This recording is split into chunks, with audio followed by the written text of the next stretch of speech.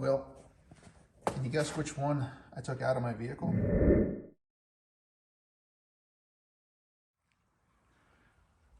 Hey guys, I'm Derek, this is Foreign Tune, and tonight, by the light of the moon, we're gonna go do a really quick coolant swap on my 6.7 diesel. All I've done so far, as you can see, she's almost at the top, but one bucket is all it's taken so far. And I think that's all we're gonna get out of it. This is gonna be, I don't know, it's probably a 10 mil that I got on the drain plug. Really, the easiest way to do this is take the 13 millimeter out of here, take the sleeve off, gives yourself a little more room to move this pump out, the reservoir out of the way.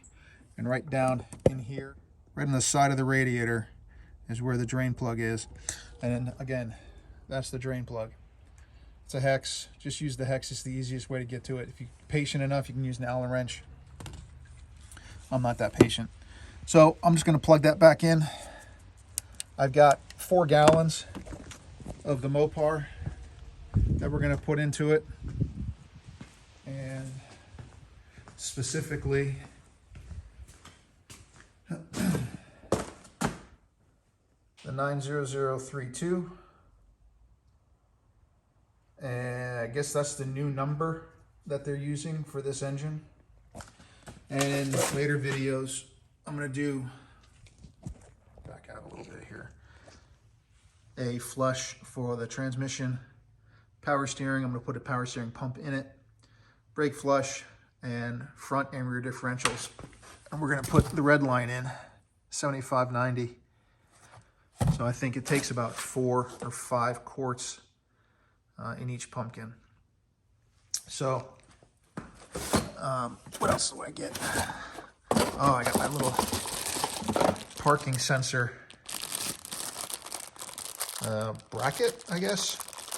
This is what the parking sensor snaps into. The one on the bumpers on the front and the rear, I think they're all the same, but I got to take these out and paint one of them, and we'll get that sorted out. Rickety tick. So anyway, real quick, down and dirty. Not very complicated. 4 gallons go in. Well, we'll see how many gallons go in. I've seen 3.5, I've seen 4.5, so we'll see how it works out here shortly. So let's get back to it. Well, can you guess which one I took out of my vehicle? Yeah, the one on the right. I didn't think it was going to be, I don't know, as dramatic, I guess. I guess I should have. This is definitely the original stuff, 8 years old. You can actually see the bottom in that one. Put some light behind it to see the differences there. Oh, that's pretty cool. Definitely a little fuzzier. But yeah, she's got some good glow. It looks like a drink. I'd almost drink the one on the left. Don't do that. So, yeah, well worth doing, I would say. That's a good comparo of the old versus new. That's where it's sitting right now, is right between those. So, haven't had any issues, driven it probably another 200-300 miles, and she stays cool and no leaks. So, that is another job done. So, again, that took a little, I think it was 4 gallons exactly, actually. So just from a radiator drain, didn't crack any other hoses, nothing else.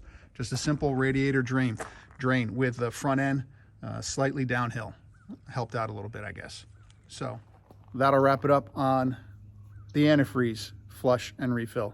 So thanks for watching, and I may put one more task in this video as well. So stick around.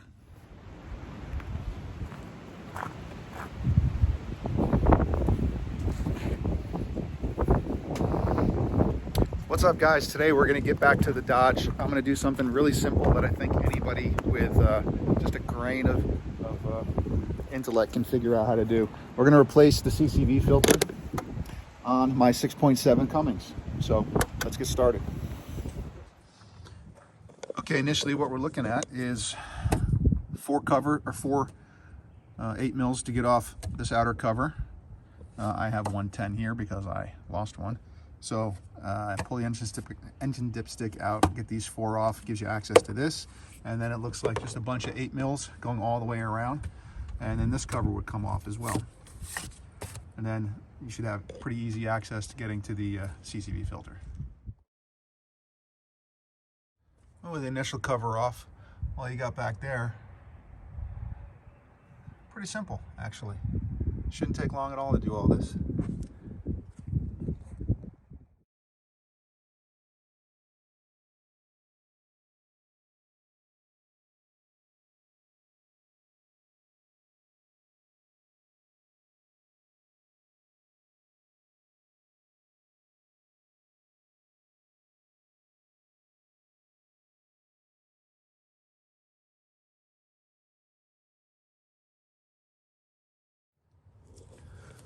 Okay, that wasn't difficult. I actually took it a step further. I took the hose clamp right here off of the side of the cover. That way I can just remove this whole thing and clean it as thoroughly as I want to. And now we got complete access to get this bad boy off. So it's held in just with some gaskets, or seals I should say.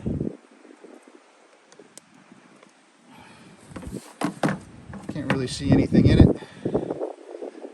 I don't know where there's a date code, but there's the 2 seals that hold it in place. And that's what down in there looks like. But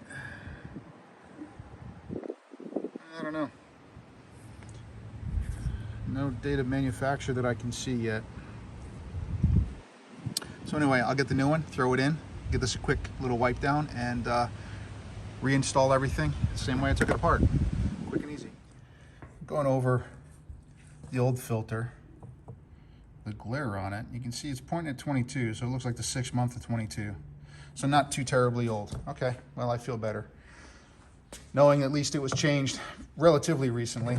Regardless, as part of my service, I want to know what is actually in there, and if I'm going to go through the hassle of opening it up, I'm going to put new stuff in. So I'm just going to clean this up real quick, the cover, and we'll put her back together. So buttoning things up, deep well and a swivel will help out on the back 2 corners. That's popped back in, the red tab is put back on. The strap is on, the gray strap is on that nut, gray strap is on that nut, keeping the wiring harness off of things for the most part. And all the other bolts are snugged down. I didn't torque them, I gave them a good enough. And now the last thing we got to do is put the engine cover back on. So dipstick off, 4 bolts, and it's done. And that's it all buttoned up. Again, really easy job, and there's no reason for anybody with a half-functioning prefrontal cortex to not do this themselves.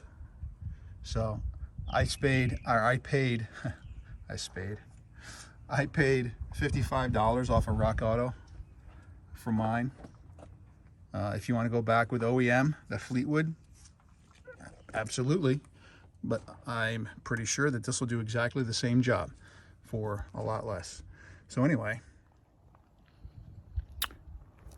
that about wraps this episode up. I am Derek. This is 4 in Tune, and thanks for watching.